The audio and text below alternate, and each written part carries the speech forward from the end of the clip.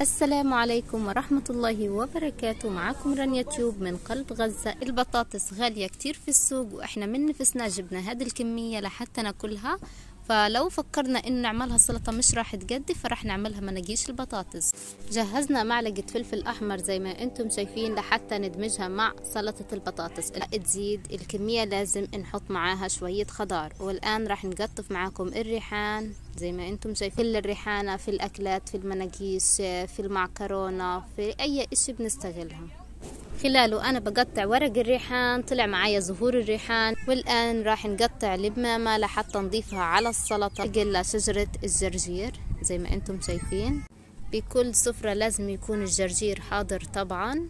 وهيك قطعنا الجرجير، وراح نقطع الريحان، وراح نقطع اللمامة. هيك راح ندق الدقة ونضيف عليها البطاطس والفلفل الأحمر اللي فرجيناكم إياه، والجرجير والريحان واللمامة، كلهم ندقهم مرة واحدة ونفرجيكم الطبق السلطة كيف بعد ما يجهز. وهيك سلطانية السلطة جاهزة معاكم زي ما حكينا لكم، بطاطا وخضار وفلفل أحمر لحتى ينكه السلطة.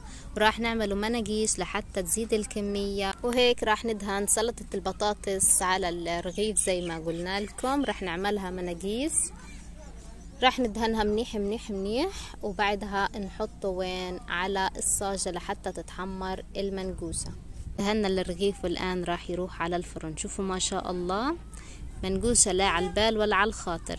هذا من تفكيري أنا طبعا. أبويا بيحكي يعني إنه كل واحدة إلها كم من قطعة بطاطس. قلت له هاي البطاطس مش راح تكفي حدا، فراح نعملها سلطة، وبعد السلطة راح نعملها مناقيش لحتى تقدي الجميع. والحمد لله هي ما قدتش، ولكن اتقسمناهم على بعض وتمام التمام وأكلنا والحمد لله.